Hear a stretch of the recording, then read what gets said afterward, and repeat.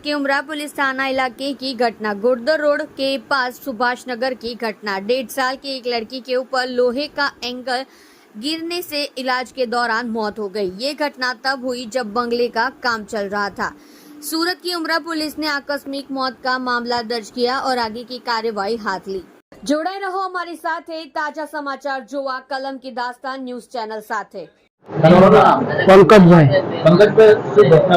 હવે એ આયા સુભાષનગર માં આપણે હું છેલ્લા 2 મહિના તો કામ કરું છે મેં એ સમાન શેઠને શોખી ના પાડલી લોકોનો સમાન છે હું નહીં ભરું તો એ લોકોને કીધું તારે ભરવો પડે એટલે મારી નાની છોકરી હતી હું ત્યાં ભરાવા લીધો આ આવ્યો પરવીનભાઈ હું શોખી ના પાડલી કે મારે સમાન નથી ભરવો હોય તો છતાં હું સમાન ભરાયો મને અને આજે મારી છોકરી મરી ગઈ। એ લોખંડની પ્લેટ આવે ને એ રમતેલી લોખંડની પ્લેટ એના માથે પડી ગઈ। 1.5 વર્ષ થયો સુભાષનગર। સાહેબનું નામ એ સુભાષનગર જ ગણાય। કોન્ટ્રાક્ટરનું શું નામ? કોન્ટ્રાક્ટરનું કલ્પેશ સાહેબ। માલિક કોણ છે?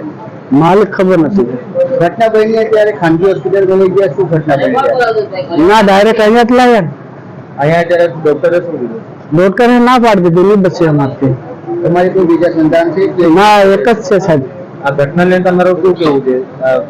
કોના કારણે આવી ઘટના બની છે તમે ના કરી સામાન્ય? હવે એમાં કોઈ કહેવાય જેવું નથી એમ। હવે શું માનશો તમે? હવે શું માને?